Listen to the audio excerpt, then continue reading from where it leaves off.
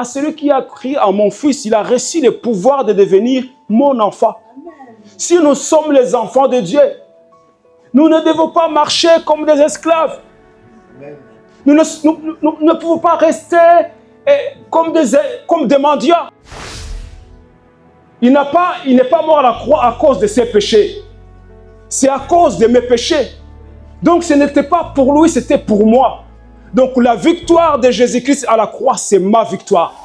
C'est ta victoire. C'est notre victoire. Mais parfois, le diable, comme il est malin, il a de l'expérience dans le mensonge. C'est un grand psychologue, le diable. Il peut regarder quelqu'un et dire, celui-là, je vais influencer ses pensées. Je vais continuer à les rendre esclaves par l'ignorance. Il va commencer à dire, non, non, non, tu n'es pas pardonné. Tu n'es pas pardonné. Avec tout ce que tu as fait, toi, tu ne mérites pas même de t'approcher de Jésus-Christ. Tu ne mérites même pas de prononcer son nom. Et puis tu vas commencer à déprimer. Dieu ne m'aime pas. Dieu ne m'aime pas. Dieu ne peut rien faire pour moi. J'ai tout essayé. J'ai jeûné, j'ai prié. Il n'y a rien qui change dans ma vie. Alors tu mets la faute sur Dieu. Alors le diable là, il a gagné. Tout ce que j'ai besoin pour la prospérité spirituelle, la prospérité financière, Dieu a déjà donné. Vous croyez à cela? Il a déjà donné. Est-ce que vous savez pourquoi Dieu a créé l'homme, le dernier?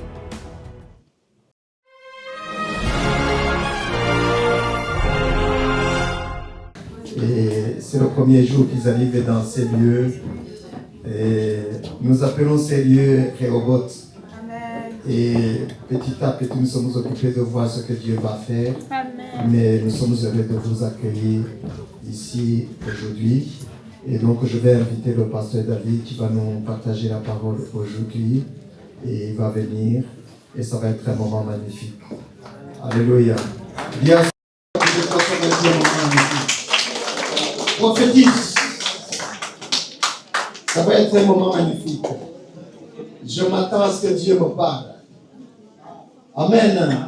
Alors tu lui dis encore, bienvenue dans la maison de Dieu. Amen. Alléluia. Et donc je vais lui accorder la parole alors. Je lui passe directement le micro. Vous l'aimez comme moi, hein?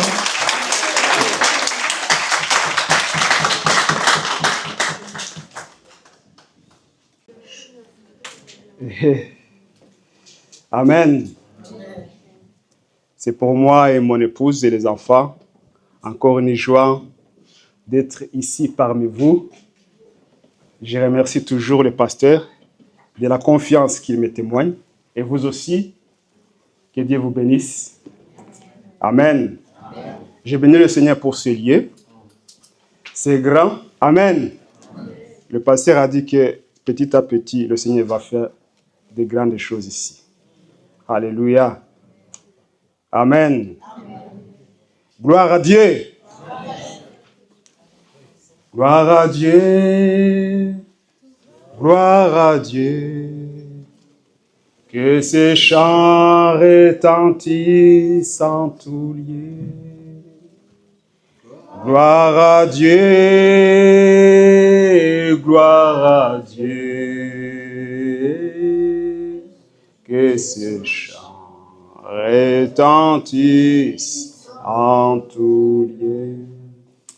Amen. Amen. Alléluia. Dieu est bon. Et moi, je vais vous faire un exercice. J'aimerais que tu regardes la personne qui se trouve à ta gauche, droit dans les yeux, et tu lui dis « Je t'aime » d'un amour de Christ.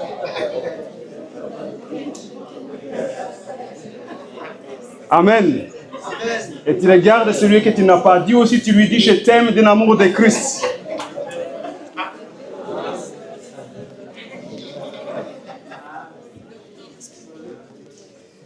Alléluia. C'est un commandement que Dieu nous a donné, de nous aimer. Mais parfois, on s'aime silencieux. C'est difficile de le dire verbalement. Et pourtant, c'est quand on le dit que ça produit des effets. Amen. C'est comme la parole de Dieu. Et quand on ne dit rien et qu'on croit seulement, c'est bon.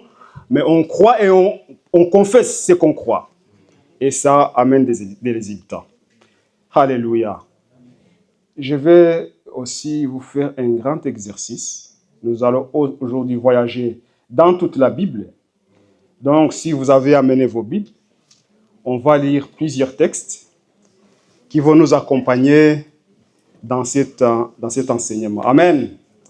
Nous allons premièrement lire dans le prophète Ésaïe, chapitre 53, verset 5.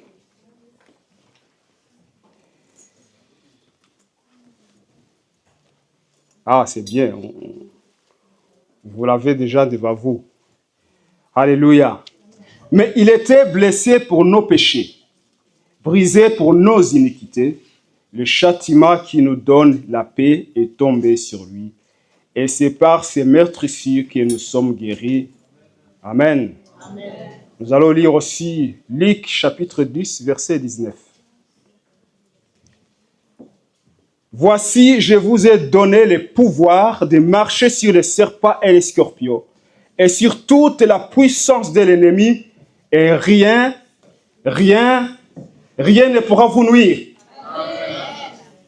Rien ne pourra vous nuire. Romains chapitre 8, verset 11. Et si l'esprit de celui qui a ressuscité Jésus d'entre les morts habite en vous, celui qui a ressuscité Christ d'entre les morts rendra aussi la vie à vos corps mortels par son esprit qui habite en vous. Romains 8, 32.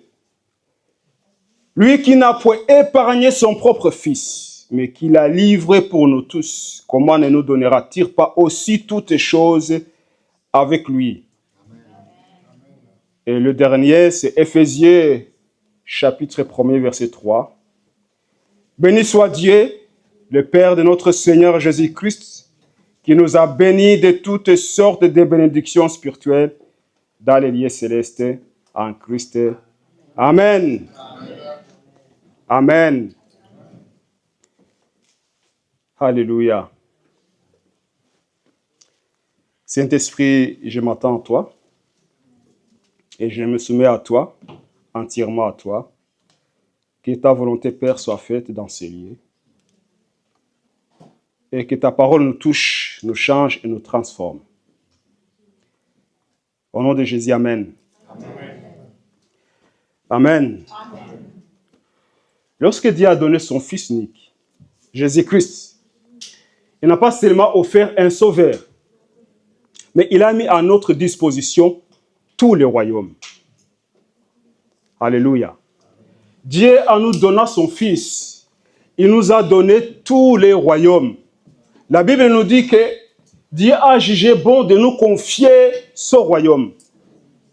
Il a jugé bon de nous confier ce royaume. Nous, les hommes. Si Dieu a livré ce qu'il avait plus précieux, comment pourrait-il nous refuser ce qui est secondaire? Tout ce dont nous avons besoin, tout ce dont tu as besoin pour vaincre, pour vivre, pour prospérer, pour être guéri. Amen. Dieu a déjà donné. Tout ce que j'ai besoin pour la prospérité spirituelle, la prospérité financière, Dieu a déjà donné. Amen. Vous croyez à cela? Amen. Il a déjà donné. Est-ce que vous savez pourquoi Dieu a créé l'homme, le dernier? Dieu a créé l'homme, le dernier, le 6e jour, Parce que si Dieu allait créer l'homme le premier jour, où est-ce qu'il allait vivre? Il allait se noyer, non? Il n'avait rien à manger. Il ne pouvait pas manger, il allait mourir de faim. Mais Dieu a créé l'homme le dernier parce que tout ce qu'il a créé depuis le premier jour jusqu'au 6e jour, c'était pour l'homme. Amen. Il a créé toutes ces choses pour nous. Donc Dieu a pourvu avant que nous soyons là. Et ces choses, c'est toujours d'actualité, même aujourd'hui.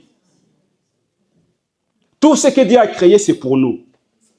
Parce qu'il a dit aux hommes, maintenant vous allez dominer sur toutes ces choses. Amen. Amen. Gloire à Dieu. Donc en Christ, nous avons déjà reçu toutes choses. Je vais faire une petite démonstration. Ça, c'est ma Bible. Je l'aime bien. Parce que cette Bible m'accompagne toute ma vie. Je sais pas, ça fait peut-être 20 ans que je l'ai. Cette Bible, je vais la donner à... Vous vous appelez comment? Cécile. Je la donne à Cécile. On dit merci. Hein? Voilà.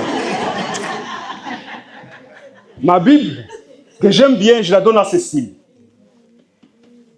Alors, mais Cécile, que vous voyez là-bas, elle continue à me demander que je puisse lui donner ma Bible. Qu'est-ce que vous allez penser d'elle? Qu'est-ce que vous allez penser de Cécile si elle continue à me demander ma Bible alors que je lui ai donné ma Bible? Vous allez penser quoi? Qu'elle n'est pas satisfaite? Ou qu'elle ne connaît pas la valeur de ce qu'elle a reçu. Ça, c'est gentil. Satisfaite, c'est très gentil. Il faut le dire. Que penserez-vous d'elle? Elle est bizarre. Elle est ignorante. Hein? Elle ne comprend pas ce qu'elle a déjà obtenu. Je ne parle pas de vous. Vous allez m'excuser. Maintenant, vous pouvez me la rendre. Merci beaucoup. Est-ce que ce n'est pas ce que nous faisons tout le temps? Nous demandons à Dieu de nous donner ce qu'il a déjà donné. Nous faisons de longues prières pour demander à Dieu de pourvoir à nos besoins, alors qu'il a déjà pourvu. Nous demandons à Dieu de nous guérir, alors qu'il nous a déjà guéris. Que le docteur ne me regarde pas bizarrement. Nous demandons à Dieu de nous bénir, alors qu'il nous a déjà bénis. Alors imagine, tu es dans ta chambre à genoux, en train de demander à Dieu, s'il te plaît Seigneur, fais quelque chose dans ma vie. Et les anges que Dieu a envoyés pour te garder, ils sont en train de te regarder, ils vont dire, quand est-ce qu'il va comprendre que cette prière ne sert à rien? Parce qu'on ne va pas obliger à Dieu de nous donner ce qu'il a déjà donné. Amen. Il a donné Jésus-Christ, son Fils. C'est ce que la Bible dit. Quand Dieu a tant aimé le monde, et il a donné son Fils unique, Jésus-Christ, afin que qui croit à lui ne périsse point, mais ait la vie éternelle. Amen. Donc, Dieu nous a donné Jésus, et en Jésus, nous avons toutes choses. Et lorsque nous lisons l'épître aux Éphésiens, même toutes les épîtres de l'apôtre Paul, vous allez voir en Jésus-Christ, par Jésus-Christ. Donc tout ce que nous avons en Jésus-Christ, ce que nous pouvons faire en Jésus-Christ. Amen. Ce sont le langage de l'apôtre Paul. Parce que l'apôtre Paul, il avait déjà compris. Et c'est ce que Dieu veut que nous puissions comprendre. Parce que l'apôtre Paul n'était pas un extraterrestre. C'était un homme comme nous. Et Dieu n'est pas un Dieu de favoritisme. Tout ce qu'il a donné à Paul, c'est ce qu'il veut nous donner aujourd'hui. Gloire à Dieu. Donc, dans Éphésiens chapitre 1er, verset 3, là où nous avons lu, la Bible dit, béni soit Dieu qui nous a bénis Il nous a bénis de toutes sortes de bénédictions spirituelles dans le lieu céleste en Christ. Le mot nous a bénis et il est au passé, n'est-ce pas? L'apôtre Paul n'a pas dit « Béni soit Dieu qui va nous bénir lorsque nous serons parfaits. Béni soit Dieu qui va nous bénir lorsque nous serons majeurs, matures. » Il a dit « Qui nous a déjà bénis. » Amen. C'est au passé. Ce n'est pas une promesse future, mais une réalité acquise. Et ces bénédictions spirituelles sont les fondations de toutes les bénédictions matérielles et physiques. Alléluia. Amen. Amen.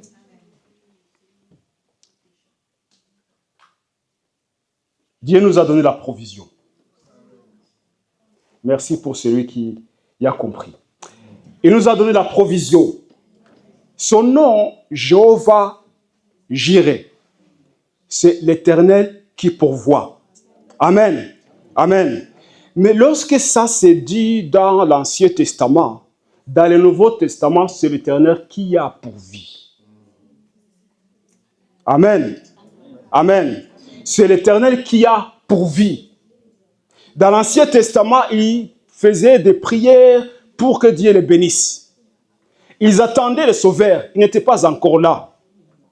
Mais nous qui vivons dans la Nouvelle Alliance, nous avons déjà tout ce que les gens de l'Ancien Testament aspiraient. Nous l'avons déjà. Amen. Donc c'est notre Jéhovah Jireh, l'Éternel qui pourvoit. Il a déjà pourvu.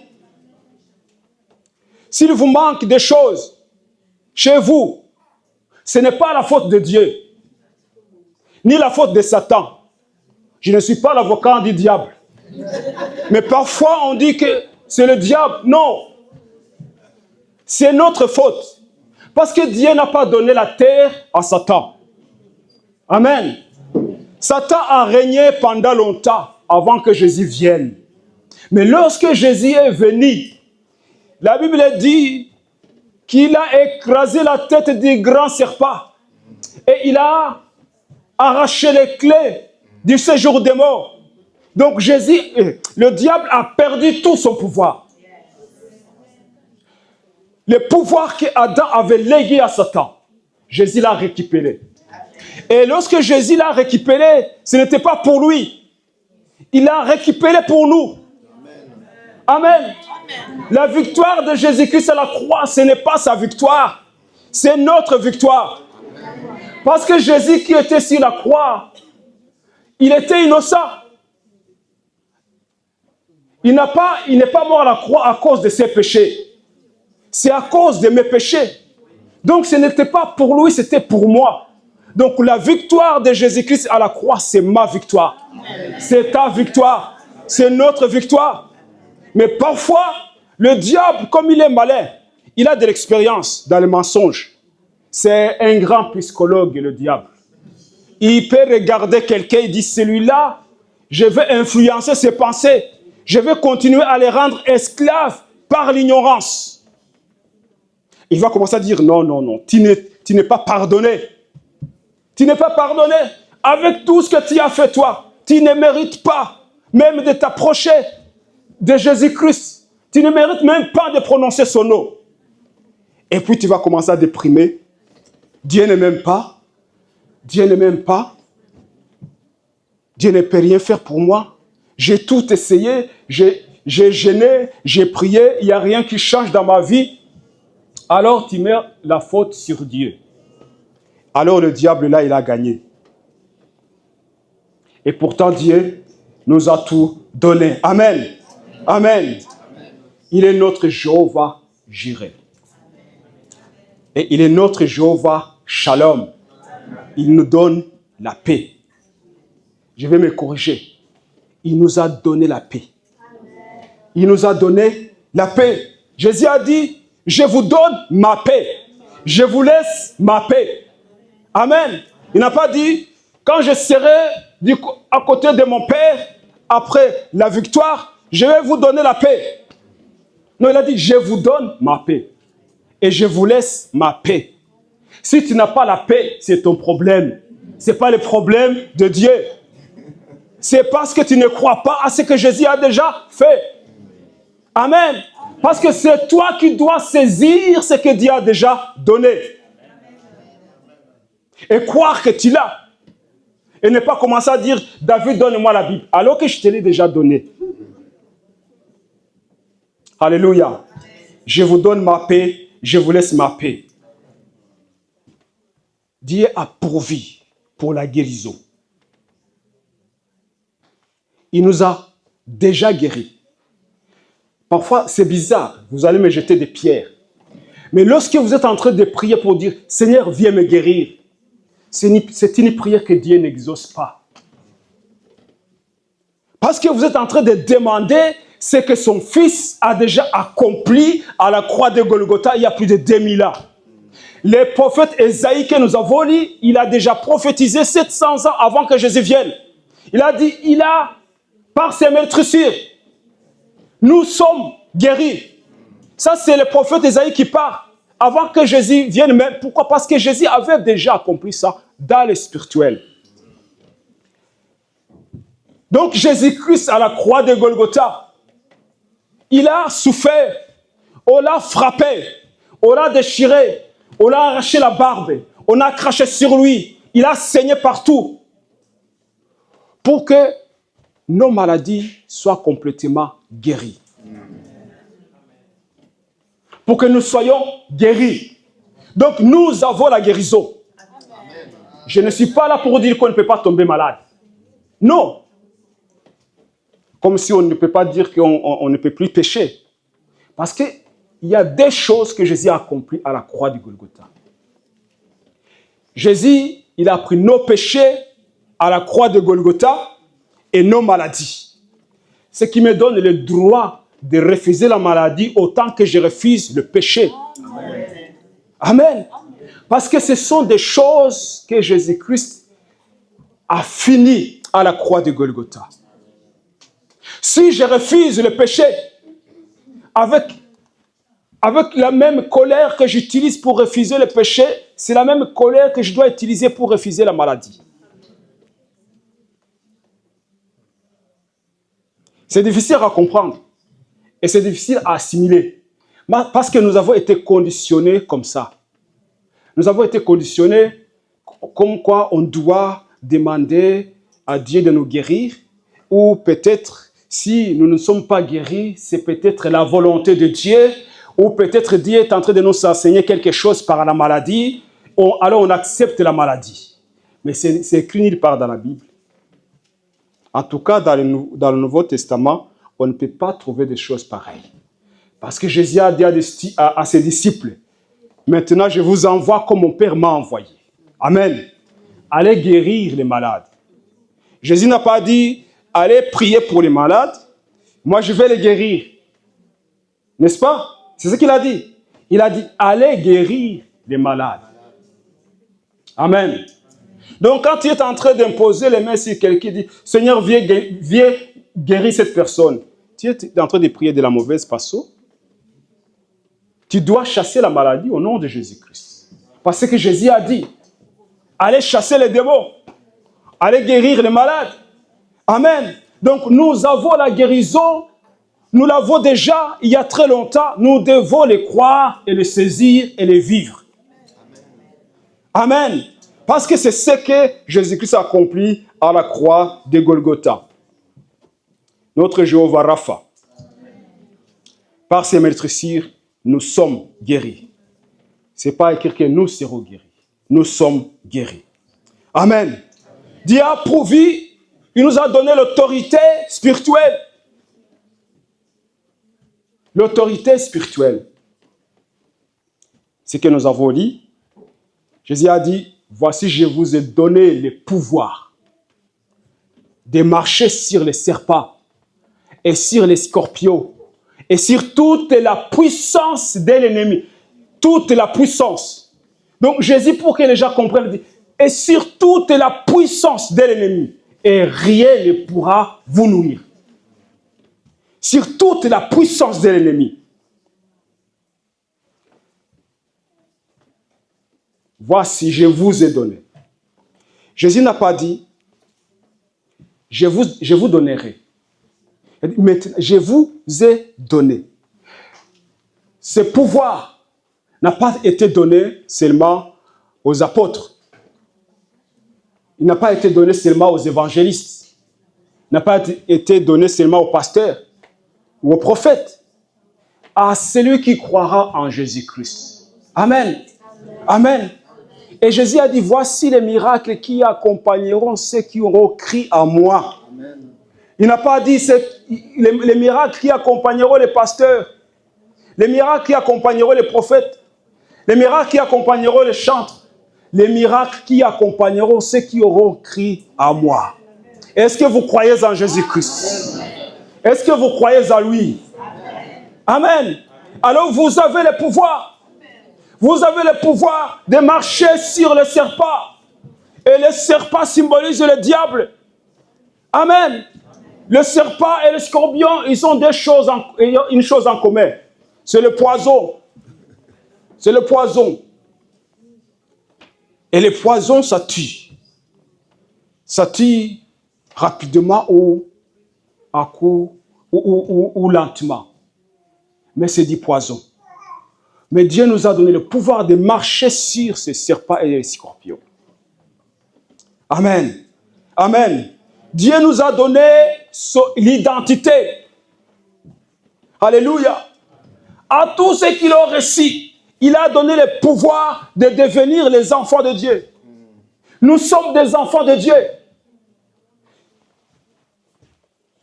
Je ne peux pas imaginer un père qui se réjouit dans la souffrance de son enfant. Un père qui peut regarder son enfant mourir de faim et dire « Je ne peux rien faire » et reste comme un démarre. Ce n'est pas possible. Ce n'est pas possible.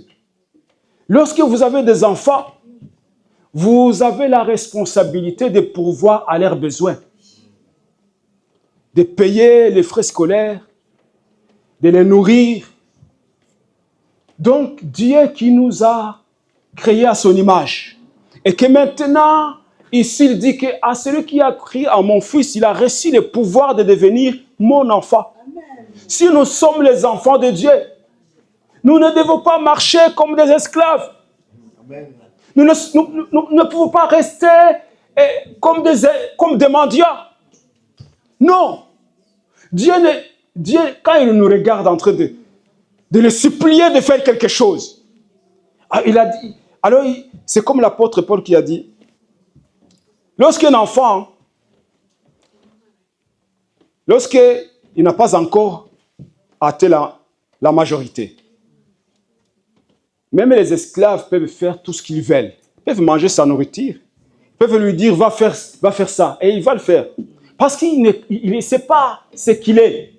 Mais lorsqu'il arrive à croire qu'il est un fils du roi, alors il va dire, vous là, vous avez profité de moi pendant que j'étais encore bébé, pendant que j'étais ignorant. Maintenant, je sais ce que vous êtes. Vous êtes mes esclaves, à genoux.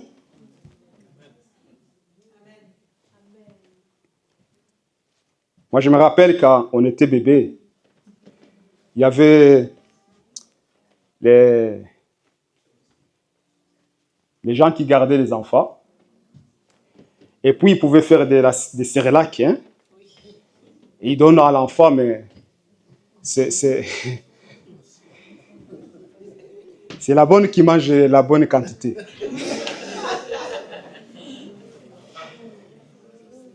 Oh, que Dieu nous aide. Que Dieu nous aide. Nous devons comprendre notre identité. C'est que nous sommes. Nous sommes des enfants de Dieu. Et nous avons tout ce qui va avec. Alléluia.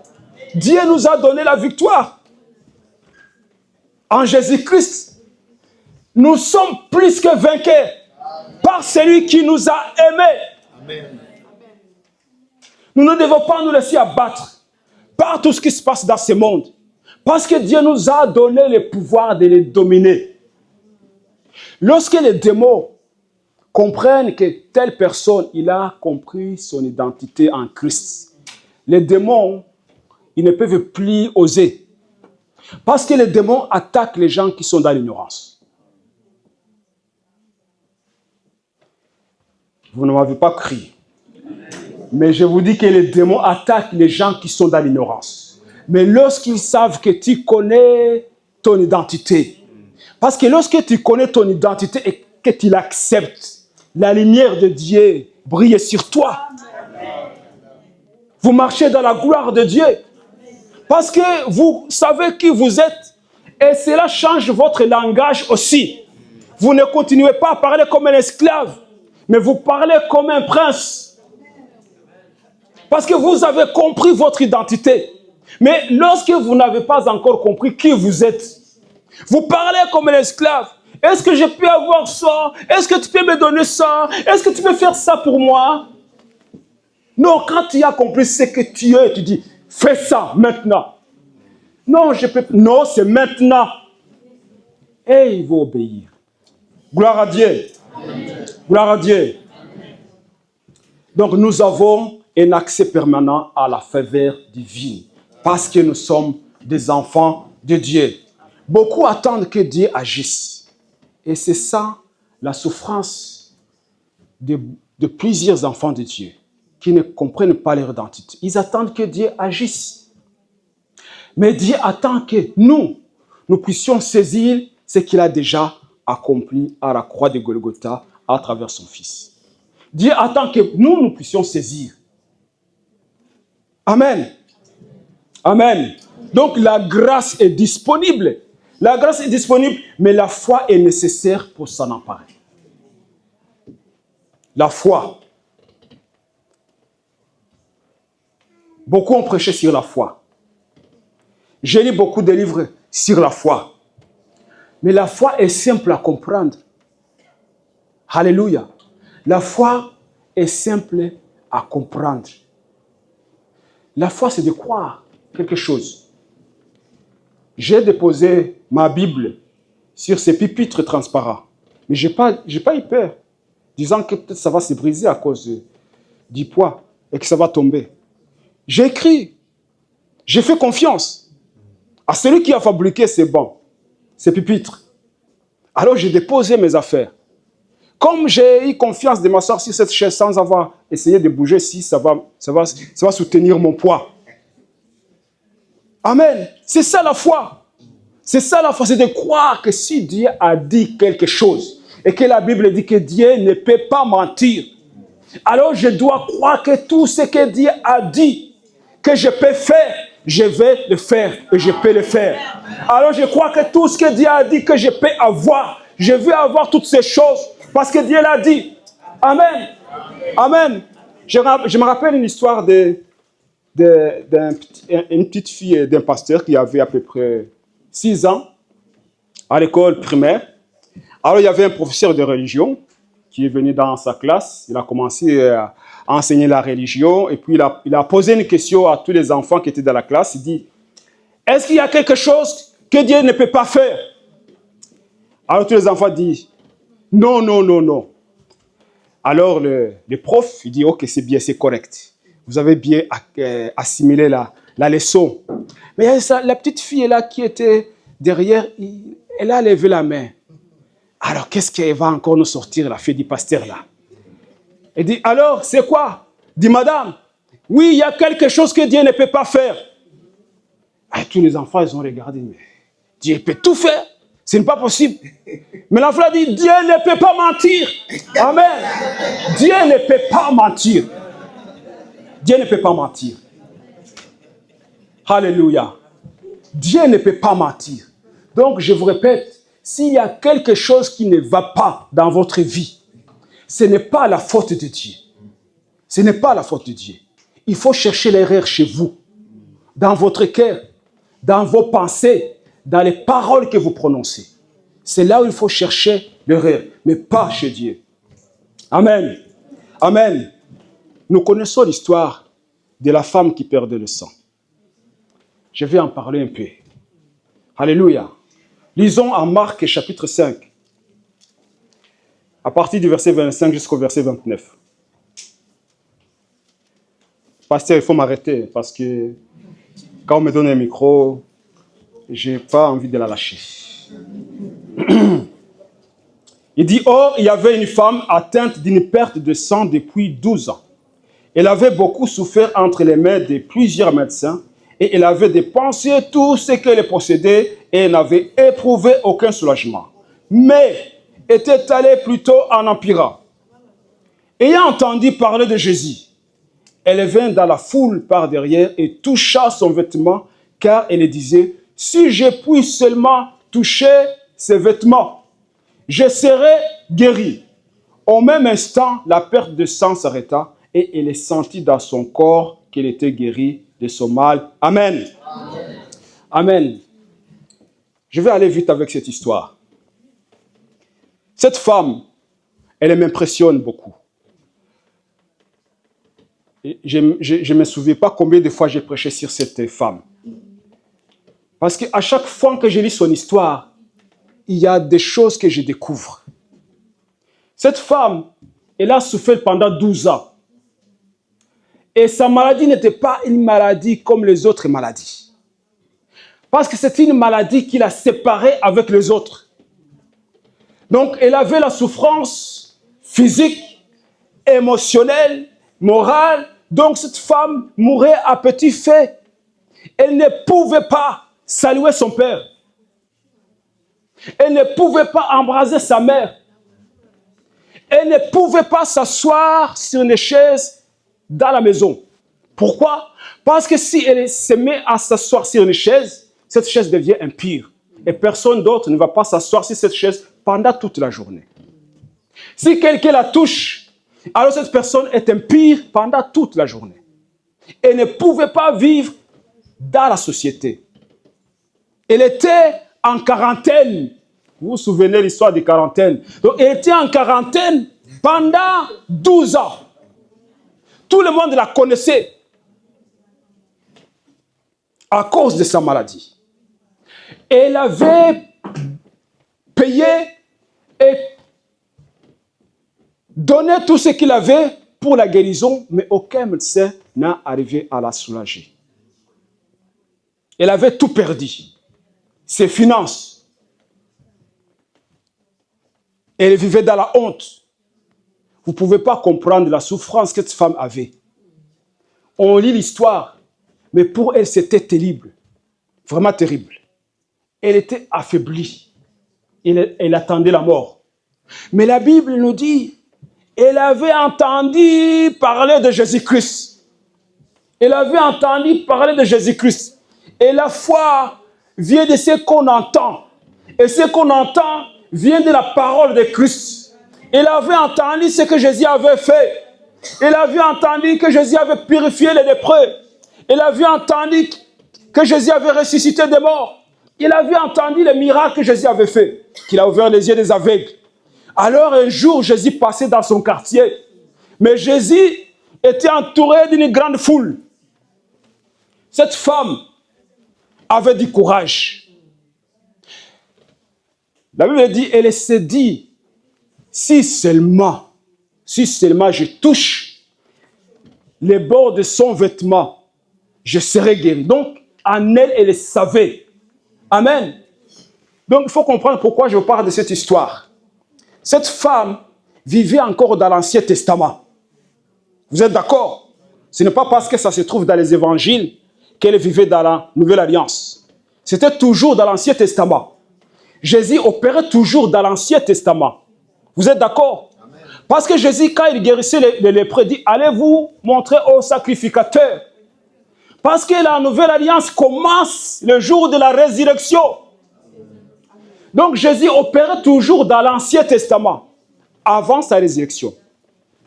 Alors cette femme, elle a cru, si seulement je touche les bords de ses vêtements, je sais que je serai guéri. Donc elle avait déjà la guérison en elle. Amen. Avant de toucher Jésus-Christ. Elle avait déjà la guérison en elle, avant de toucher Jésus-Christ. Alors il y avait quand même beaucoup d'obstacles. Les gens la connaissaient. Ok? Et Jésus était entouré d'une grande foule. Et cette femme ne pouvait pas toucher les gens. Vous vous imaginez, vous vous filez au milieu des gens, toutes ces personnes-là vont devenir impures. Mais elle a dit, aujourd'hui c'est mon jour. Amen. Aujourd'hui c'est le jour du salut. Aujourd'hui c'est le jour de la guérison. Aujourd'hui c'est le jour de la délivrance. Amen. Ce n'est pas demain. Ce n'est pas après-midi. C'est maintenant. C'est tout de suite. C'est comme ça que Dieu opère. Amen. Je dois recevoir quelque chose par la foi avant que cette chose se manifeste physiquement. C'est ça ce qui honore Dieu. La foi qui honore Dieu, c'est de saisir quelque chose spirituellement et s'attendre que cette chose se manifeste, se matérialise. C'est ce qui s'est passé dans le cœur de cette femme et qui a fait qu'elle a réussi la guérison, sans que Jésus ait été au courant. Amen. Vous tous, vous êtes d'accord que Jésus ne peut pas mentir? Hein? Il ne peut pas mentir. Donc, quand la femme a dit, aujourd'hui c'est mon jour, alors elle a dit, je me fiche de ce que les gens vont dire aujourd'hui. Je me fiche de ce que les gens vont penser. S'ils veulent me lapider, je suis d'accord. De toute façon, je suis en train de mourir. Mais aujourd'hui, je vais toucher cet homme. Alors, il a forcé le passage. Il a forcé le passage. Ce sont des violats qui s'emparent du royaume de Dieu. Ce ne sont pas des gens qui vont dire, oh, on va prendre 40 jours de jeûne et prière. Ah, peut-être Dieu il va écouter notre prière. Non, ce sont des violats qui s'emparent du royaume de Dieu. Et la Bible le dit clairement. On doit se faire violence. Comment se faire violence? C'est de dire, moi je vais saisir ce que Dieu a déjà donné. Parce que je sais que ça m'appartient. Alors tu dis à Satan, retire ta main sur mes affaires. Retire ta main sur mon corps. Parce que mon corps appartient à l'Éternel. L'apôtre Paul a dit, offrez à l'Éternel vos corps comme des sacrifices saints et agréables. Amen. Quand tu vas dire, mon corps n'est pas saint, alors tu es en train d'être culpabilisé. Mais Dieu te conseille comme saint. Amen. Amen. Alors offre ton corps à Dieu. Alors dis à Satan, retire ta main sur mon corps. Retire ta main sur mes affaires. Parce que je travaille honnêtement. Je donne aussi ma dîme, mes offrandes. Alors, retire ta main sur mes affaires. Satan, il va obéir. Parce que tu as compris ton identité et le point de ta parole. Amen. Alors la femme, elle a dit, si seulement. Alors il s'est faufilé au milieu de la foule. Et il a touché Jésus-Christ. Il n'a pas dit, Jésus, guéris-moi. Non. Pourquoi je parle de cette histoire? C'était toujours dans l'Ancien Testament. Il n'a pas dit, Jésus, guéris-moi. Comme les autres qui sont venus vers. Oh, fils de David, aie pitié de moi. Non. Lui, sa foi était silencieuse. Mais il s'est dit dans son cœur. Et aussi, on a prouvé sa foi. Et elle a touché Jésus-Christ. Au même moment, à cet instant même, elle savait qu'elle était guérie. Amen. Et Jésus-Christ, il a senti une force sortir en lui.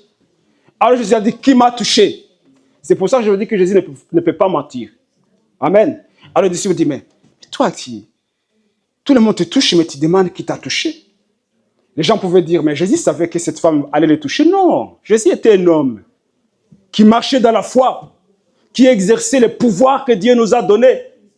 Amen. C'est pour ça qu'il a dit que ceux qui croiront à moi, ils feront les mêmes choses que je fais. Tout réside dans la foi, dans ce que nous croyons. Ce que Dieu nous a donné, si nous le saisissons, nous allons marcher comme Jésus-Christ. Les gens peuvent dire, non, ce n'est pas possible. On peut pas marcher. Jésus était un homme. Il était un homme. Mais il était aussi Dieu. Parce que nous aussi, nous sommes des dieux, non? Amen. Nous sommes des dieux. Amen. Jésus, il a dit, je suis le fils de Dieu. Les pharisiens, les sadduciens, ils ont essayé de le lapider. Il a dit, mais pourquoi? Ce n'est pas écrit dans votre loi, là. Ce n'est pas écrit dans le Torah que vous êtes des dieux. Est-ce que les vaches donnent des vaches, non? Et les poules donnent des poules, non? Et Dieu nous a créés à son image. Alors, nous sommes de Dieu. Avec des petits dés. Mais nous sommes de Dieu. Alléluia. Donc, Jésus a dit, il était Dieu et il était aussi homme. Nous sommes de Dieu. Mais nous sommes des hommes parce que nous vivons sur cette terre. Parce que Dieu a donné la terre aux hommes. Et Jésus a vécu ici en tant qu'homme. Nous avons le même pouvoir. C'est ce que nous avons dit, non? La Bible dit que l'esprit qui a ressuscité Jésus-Christ, c'est le même esprit que nous avons. C'est le même esprit qui agit en moi. Le même esprit qui a fait quoi? Qui a ressuscité Jésus-Christ. Je vais vous expliquer un petit détail. La résurrection de Jésus-Christ, ce n'était pas une petite affaire. Jésus était descendu dans le séjour des morts. Et le diable a fait tous les moyens possibles de le maintenir là. Amen. De le maintenir là. Alors lorsqu'il a dit que le même esprit qui a ressuscité Jésus-Christ, c'est qu'il y a eu un combat pour que Jésus-Christ puisse se ressusciter des morts. Et ce même esprit, c'est l'esprit que nous avons. Vous imaginez l'esprit qui a lié Satan et qui a lié les démons et que Jésus-Christ est sorti. C'est le même esprit que tu as en toi. Mais le diable, il veut toujours te faire comprendre que tu es un petit homme, une petite femme, que tu ne peux rien faire sans Dieu. Oui, on ne peut rien faire sans Dieu. Mais Dieu habite en nous. Amen. Amen. Dieu habite en moi. C'est pour ça que moi, quand j'ai pris, je le garde ici parce qu'il est là. On dit regardez là-bas parce qu'il a, c'est très loin. Il est là dans mon cœur. C'est ce que Jésus a dit. Moi et mon Père, nous viendrons et nous ferons demeure en toi, en vous. Et il est en moi. Amen. C'est pour ça que, regardez les gens qui font comme ça, ils prient ça, ils ont compris que Jésus est là. Il est là. Amen. Il est là. Alors cette femme a réussi sa guérison. Parce qu'elle a crié. Et elle a mis en pratique ce qu'elle croit. Il dit, si seulement je touche. Donc pour lui, l'examen, le challenge était de toucher Jésus. Parce que Jésus ne pouvait pas être partout en même temps à cette époque-là. Mais aujourd'hui, Jésus vit dans nos cœurs. Ce qui n'était pas possible dans l'Ancien Testament. Jésus vit dans mon cœur. Il vit dans ton cœur. Il ne faut pas aller à Jérusalem pour avoir la faveur de Dieu. Parce que Jésus vit en nous et Dieu vit en nous. Cela n'était pas possible avant la résurrection de Jésus-Christ. Mais aujourd'hui, nous sommes devenus plus que vainqueurs par celui qui nous a aimés. Donc, l'apôtre Paul dit, il n'y a donc maintenant aucune condamnation. Pour ceux qui sont en qui? En Christ. Le diable veut nous convaincre que nous ne sommes pas dignes de recevoir les bénédictions de Dieu. C'est toujours ce qu'il fait. Mais pourtant, en Christ, nous sommes déclarés justes. Et rien ne peut nous empêcher de recevoir ce que Dieu a donné. Parce qu'il a déjà donné. Amen. Amen. Il va essayer toujours de te faire convaincre de croire que tu n'es pas digne. Mais ça, c'est le mensonge. C'est le mensonge. Amen. Amen. Alléluia. Alléluia. Jésus nous a rendus dignes. Nous sommes les co-héritiers de Christ. Nous avons hérité le royaume. Au même titre que Jésus-Christ, vous imaginez. Les co-héritiers de Jésus-Christ. Ce que Jésus a, c'est ce que j'ai. Et l'apôtre Paul a dit aussi que nous sommes assis avec Jésus-Christ dans le lieu céleste.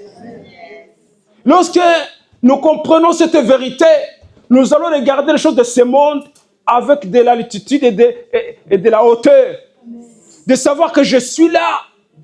Ce qui se passe ici, je le contrôle.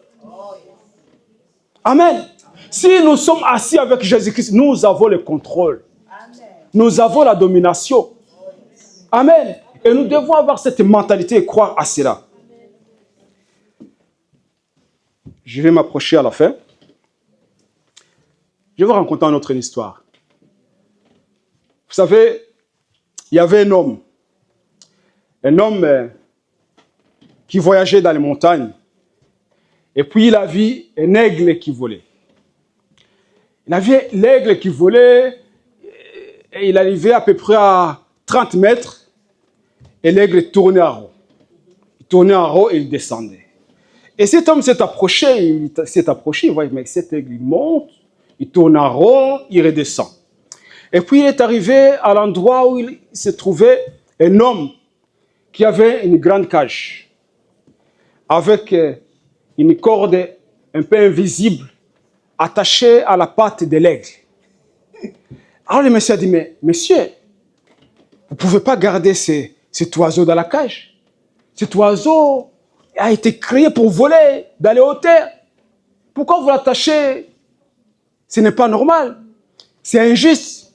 Et l'homme l'a dit, cet oiseau, je l'ai trouvé quand il était petit. Alors, je l'ai attaché à une corde. Il m'appartient. L'oiseau volait 20 mètres, 30 mètres et il descendait dans la cage. Pendant plusieurs années.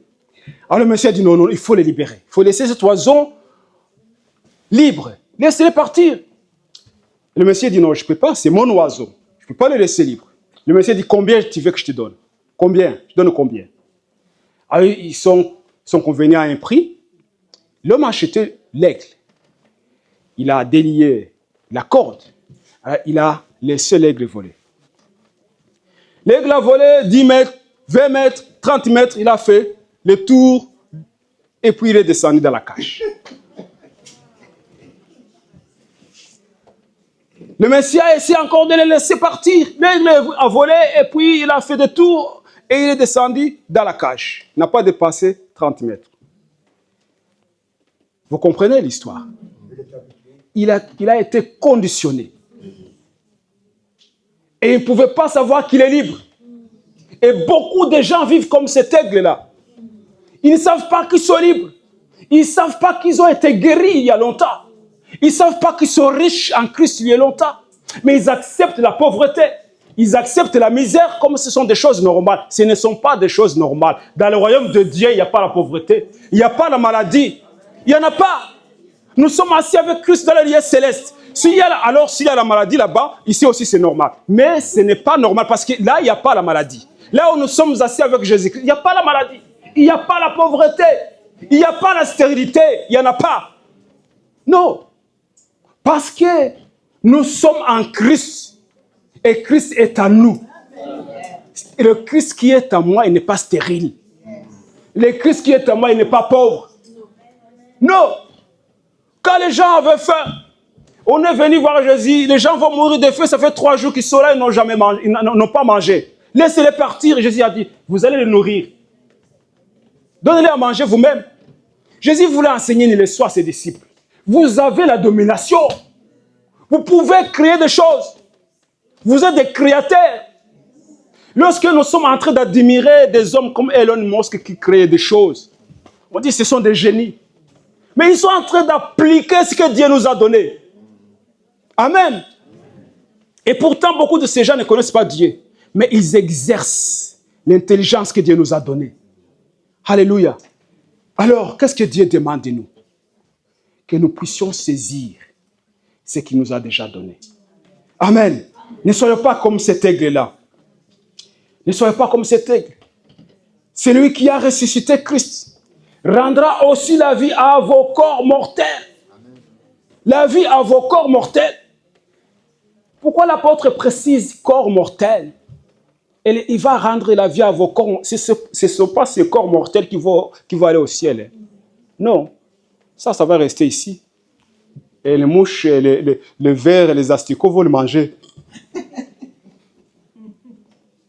Mais Dieu, par sa puissance, amen, par l'Esprit de Dieu que nous avons, cet Esprit qui a ressuscité Jésus-Christ, qui est à moi, il ne peut pas accepter la maladie si moi qui vous parle, moi qui parle, ne l'acceptez pas.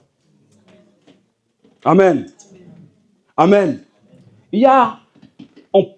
C'est notre enseignement. Lorsqu'on parle de l'âme, de l'esprit et du corps, l'esprit, c'est celui qui dit j'ai. Hein? Donc, ce que je dis, le corps accepte Parce que moi, j'accepte. Mais si je refuse, le corps aussi ne doit pas accepter. Mais puisque nous avons été conditionnés par le désir de la chair, alors l'esprit est faible. Mais ça, c'est notre enseignement. C'est trop long. Mais il faut que nous puissions comprendre ce que nous sommes. Nous sommes des esprits qui habitent dans un corps. Et nous devons dominer ces corps. Le roi David lui dit, mon âme bénit l'Éternel. Et que tout ce qui est à moi bénisse son Seigneur. Il dit que mes intestins bénissent l'Éternel. Il dit que mes poumons bénissent l'Éternel. Que mon cœur bénisse l'Éternel. Que mes muscles bénissent l'Éternel. Tout ce qui est à moi bénisse son Seigneur. Amen. Il dit, c'est lui qui guérit toutes tes maladies. Ça, il était en Ancien Testament, mais il avait compris la vérité. Il dit, c'est lui qui guérit toutes tes maladies. Amen. Amen. Qui pardonne toutes tes iniquités. Alors, mon âme bénit l'Éternel. Qui était en train de parler là-bas? C'est la chair? C'est l'esprit? C'est l'âme? Mais c'est l'esprit qui parlait. Alors l'esprit dit, mon âme. L'esprit commande à l'âme. Bénis l'Éternel. Amen. Donc, il avait compris qui il était. Alors il dit, mon âme bénit l'Éternel.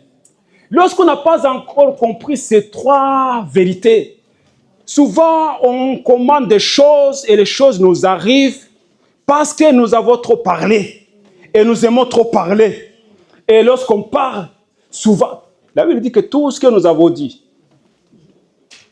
bon ou mauvais, blague ou pas, sont enregistrés quelque part. Ils sont tout simplement effacés lorsque nous demandons pardon pour les mauvaises choses que nous avons dites. Mais sinon, tout est enregistré.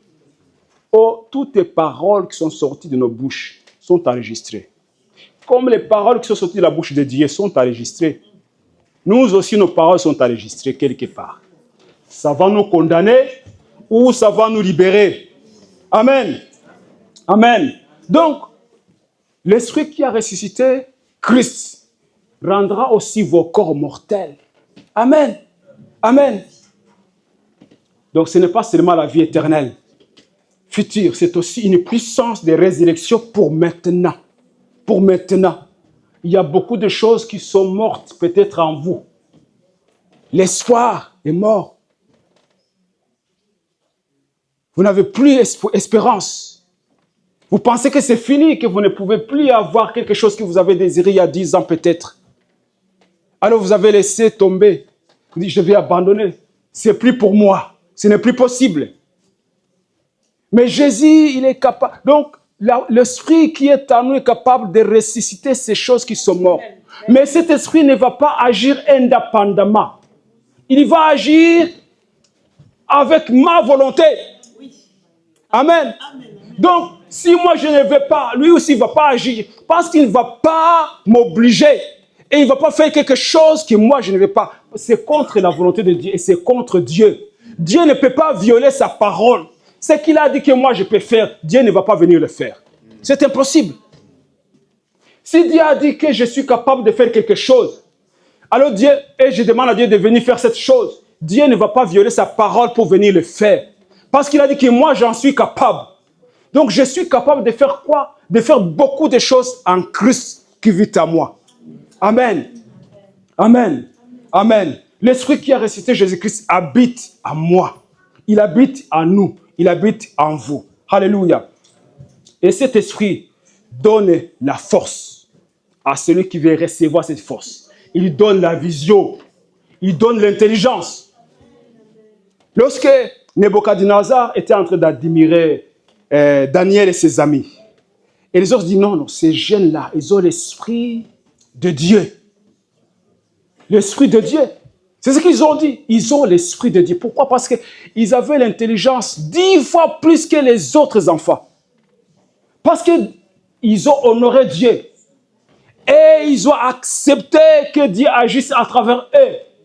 Et ils sont devenus intelligents. Vous avez des enfants qui ne réussissent pas à l'école. Il faut commencer à les faire aimer la parole de Dieu. Parce que Dieu nous a déjà donné l'intelligence. Dieu n'a pas créé un homme bête. Parce que Dieu est intelligent. Il a créé des hommes intelligents. Mais c'est nous les hommes qui choisissons notre destinée. Ce n'est pas Dieu qui va venir choisir ta destinée à ta place. C'est toi qui dois choisir de saisir ce que Dieu t'a donné et de marcher dans la voie qu'il a déjà tracée.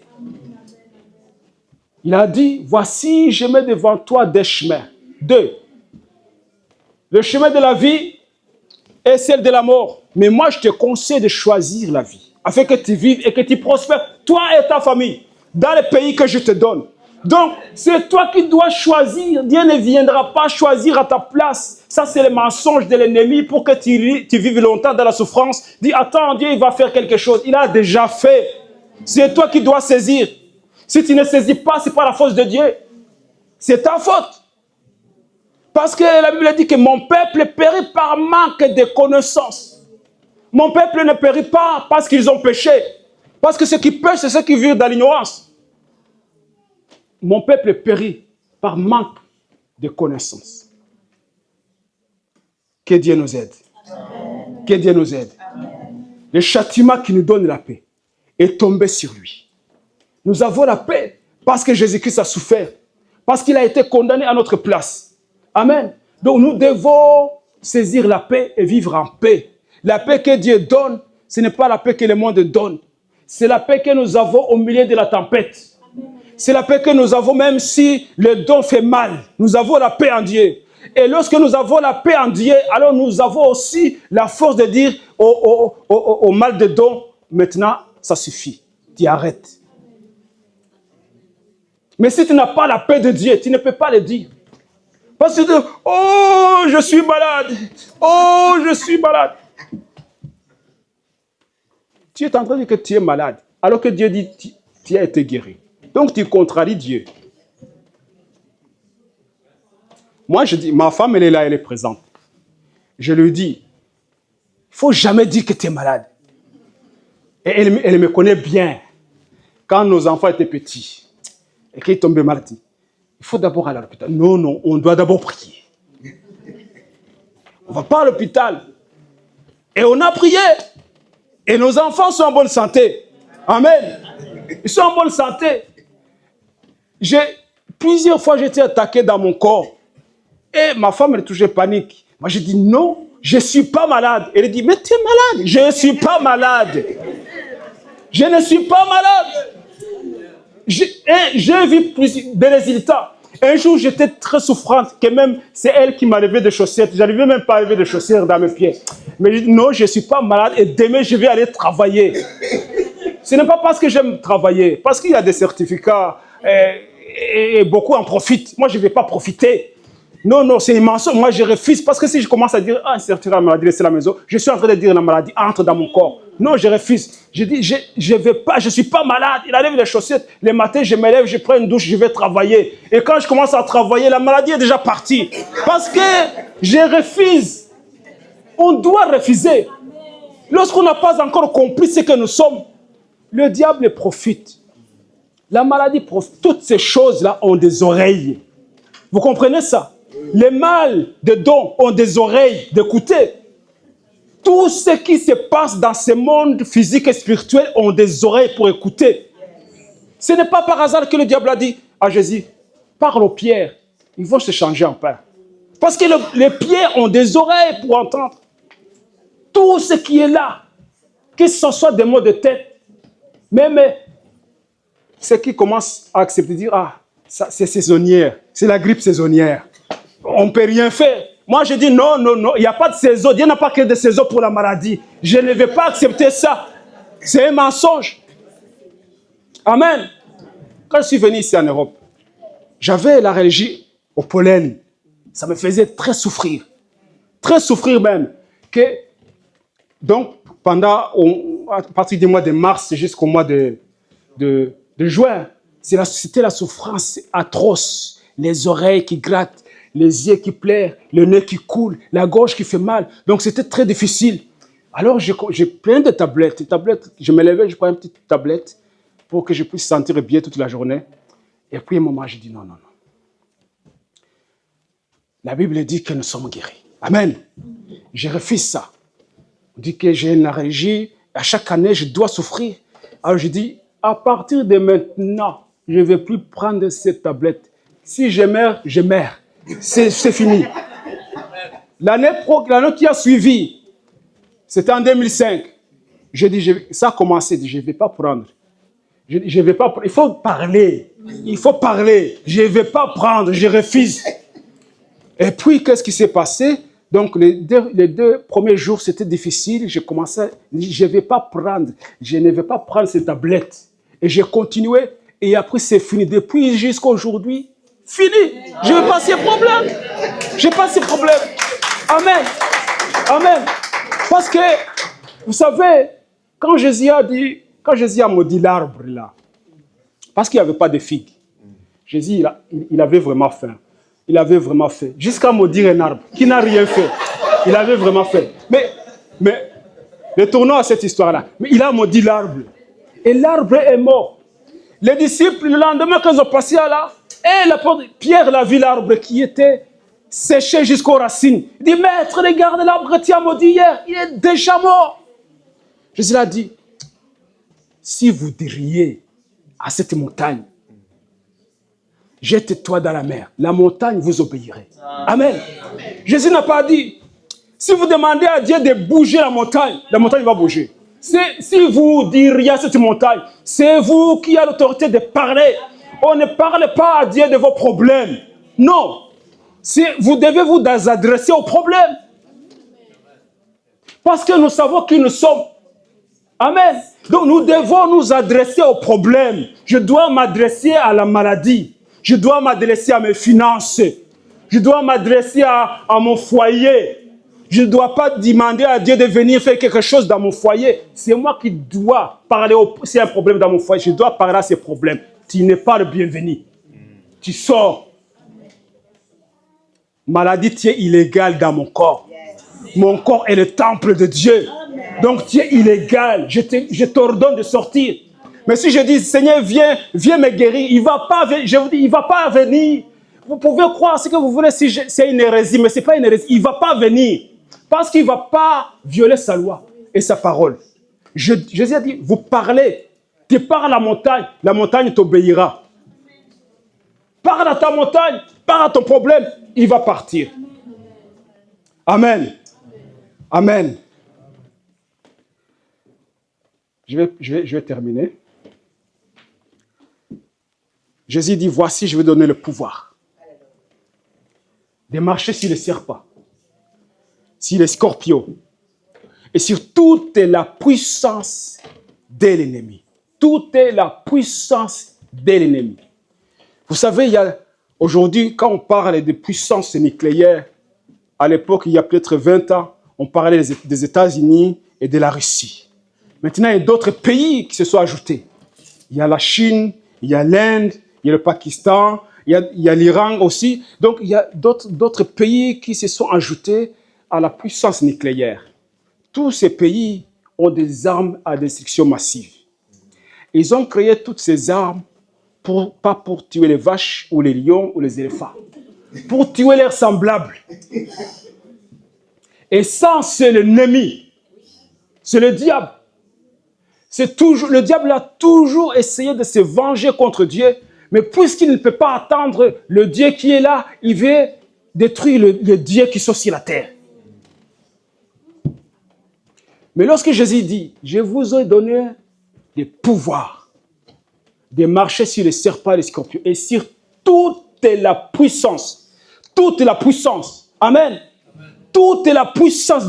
Ça veut dire que tout ce que le diable peut avoir comme arme, tout ce qu'il peut avoir comme puissance, tout ce qu'il peut avoir comme mensonge, Dieu nous a donné le pouvoir de marcher dessus. Il a dit, rien ne pourra vous nuire.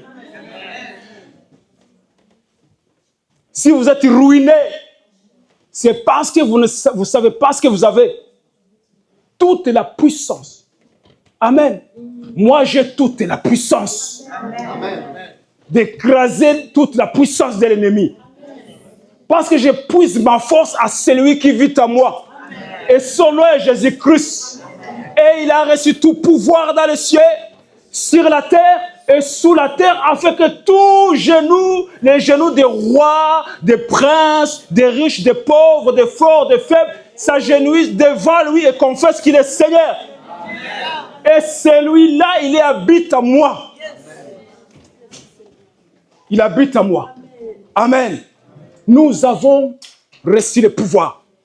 Et toute la puissance de l'ennemi est devenue comme de la feuille, comme dans le feu. Et ça brille. Lorsque nous comprenons notre identité en Christ.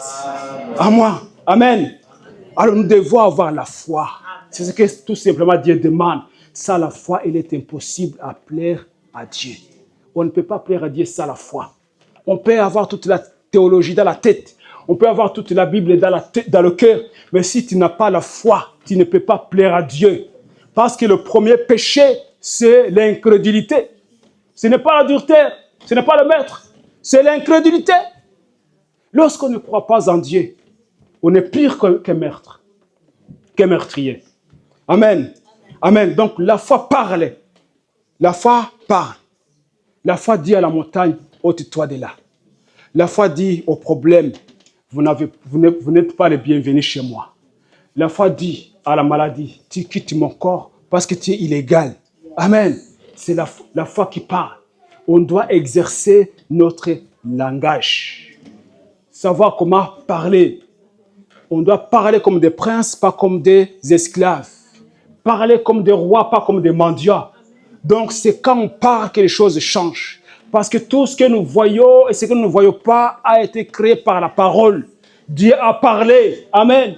Même quand il allait créer un homme, il a parlé. Il a parlé à lui-même avec, il a dit, créons un homme. Amen. Donc Dieu a parlé. Toi aussi parle. Parle à ton problème. Parle à ta montagne. Parle à ta... moi, j'aime pas dire à ta maladie. À la maladie. Parce que ce n'est pas nos malades. Ce n'est pas nos maladies. Ce n'est pas à nous. Ce n'est pas à nous. Quand tu commences à dire, ma maladie là, oh, alors tu l'as accepté. Elle n'est pas à toi. Tu parles à ton problème. Amen. Amen. Que Dieu nous aide. Amen. On va prier. On va prier. Amen. On va prier. Lève-nous, nous allons prier le Seigneur. J'ai écrit, et c'est pourquoi j'ai parlé. Amen. 2 Corinthiens 4, 13. J'écris, c'est pourquoi j'ai parlé. Je parle parce que j'écris. Et ce que je dis, mes paroles doivent s'aligner à la parole de Dieu. Mes pensées doivent s'aligner à la pensée de Dieu. Mes œuvres doivent s'aligner à la volonté de Dieu. Ce que je dis doit s'aligner à la parole de Dieu. La parole dit que par les ministres de Jésus-Christ, je suis guéri. Donc, je dois dire que je suis guéri. Alors, je m'aligne à la pensée et à la parole de Dieu. Amen. Amen. Nous sommes riches en Dieu. Je ne suis pas pauvre. Même si la fête du mois, il n'y a rien sur le compte. Mais je n'accepte pas. Je dis, je suis riche en Jésus-Christ. Amen. Je suis riche. Alors, j'appelle la bénédiction que Dieu m'a donnée à se manifester. Amen. Et ces bénédictions vont se manifester. Amen. Amen. Donc, je ne vais pas prier pour vous, mais vous allez prier pour vous-même. Vous allez choisir les mots corrects et exercez-vous à parler correctement comme Dieu le souhaite, comme Dieu le désire, afin que les problèmes et les montagnes se déplacent. Amen. Amen. Alléluia. Alléluia. Père Céleste, je te bénis et je te glorifie. Je te magnifie, je t'élève, je t'exalte. Tu es bon et tu es beau en tout temps. Tu es le Dieu qui ne change pas. Tu es le Dieu qui vit éternellement. Le Dieu qui nous a donné Jésus-Christ. Tu nous as donné le pouvoir de marcher sur les serpents, sur les scorpions et sur toute la puissance de l'ennemi. Et tu as dit que rien ne pourra nous nuire. Et tu l'as déjà donné. Tu nous as donné la vie et la vie abondante. Tu nous as donné ton onction. Tu nous as donné l'intelligence, la sagesse, la connaissance, la science, la force. Tu nous as tout donné, Seigneur. Et nous te remercions pour toutes ces provisions que nous avons. Nous te remercions, Seigneur, pour toutes ces bénédictions que nous avons, car tu nous as déjà bénis de toutes sortes de bénédictions dans les lieux célestes en Christ. Gloire à toi, Seigneur. Gloire à toi, Seigneur. Et maintenant, nous proclamons la vie. Nous proclamons la santé, nous proclamons la victoire, nous proclamons la richesse, nous proclamons la joie, la paix que tu donnes au nom de Jésus. Au nom de Jésus. Je proclame la paix dans les cœurs de toutes ces femmes. Je proclame la paix dans les cœurs de toutes ces filles. Je proclame la paix dans les cœurs de tous ces hommes. Au nom de Jésus. La vie abondante, la santé au nom puissant de Jésus. La santé, la santé. La santé au nom de Jésus-Christ. Alléluia. Alléluia. Je proclame la vie. Je proclame la vie. La guérison, la délivrance. Au nom de Jésus-Christ. Au nom puissant de Jésus-Christ. La guérison et la délivrance. Au nom de Jésus. Au nom de Jésus. Au nom de Jésus. La guérison et la délivrance. Je me lève contre toutes sortes de maladies. Je me lève contre toute infirmité dans le corps de ce peuple. Au nom de Jésus-Christ. Au nom de Jésus. Je le déclare illégal. Il doit quitter au nom de Jésus. Au nom de Jésus. Au nom de Jésus. Au nom puissant de Jésus-Christ. Au nom de Jésus-Christ. Au nom de Jésus-Christ. Au nom de Jésus. Au nom de Jésus. Seigneur, merci pour la guérison que tu nous as déjà donnée. La délivrance. Merci pour la vie abondante que tu nous as déjà donnée. Merci Jésus-Christ. Merci pour la paix qui dépasse tout entendement que tu nous as donné. Merci Jésus-Christ. Merci Seigneur. Gloire honneur à toi, Jésus. Amen. Amen. S'il y a une personne qui a besoin d'une prière spécifique, qui a besoin de l'aide dans la prière,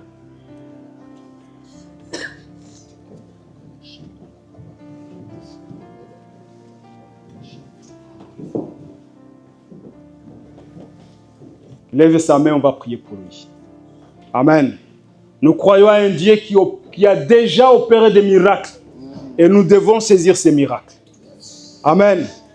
Amen. On va prier pour vous. Levez-vous, on va prier pour vous. Amen. Amen. Amen. Alléluia. Nous allons prier pour ces personnes. Et je vous prie de ne pas prier la prière d'incrédulité. Ne priez pas, Seigneur, viens faire quelque chose. Ne vous parlez.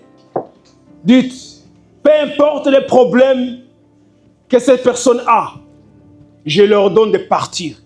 Au nom de Jésus-Christ. Amen. Donc, ordonnez aux problèmes qui se trouvent dans la vie de nos sœurs et nos frères, et ces problèmes vont partir. Nous devons exercer notre foi. Ce que nous avons. Amen. Amen. Prions le Seigneur.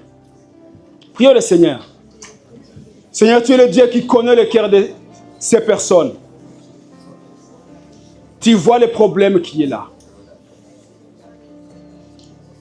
Seigneur, je parle contre la montagne qui est dans la vie de mon frère. Je ordonne à la montagne de se déplacer, d'aller ailleurs. Au nom de Jésus-Christ. Je ordonne à la montagne dans la vie de toutes ces femmes élevées. Au nom de Jésus-Christ.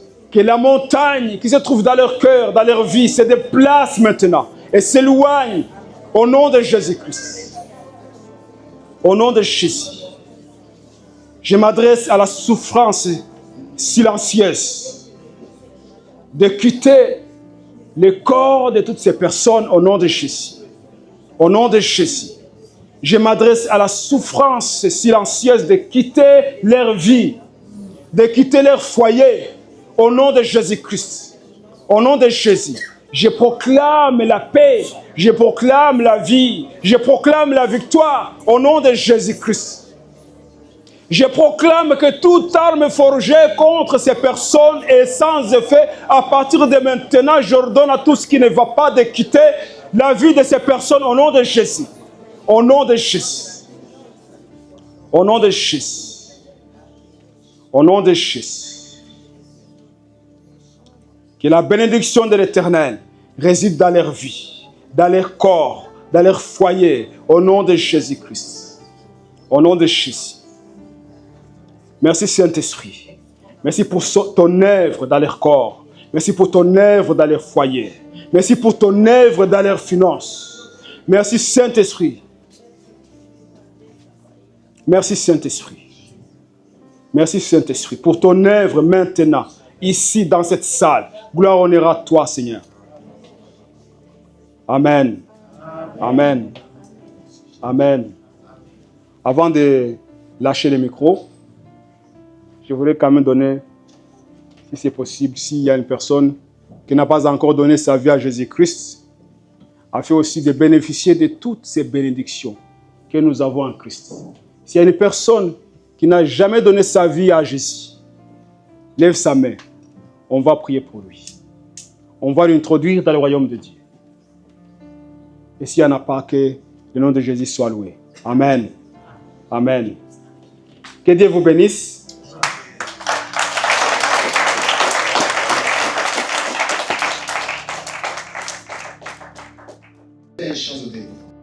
Si vous appréciez, partagez à un ami. Si vous souhaitez contribuer à l'œuvre, vous pouvez le faire avec les détails dans la description.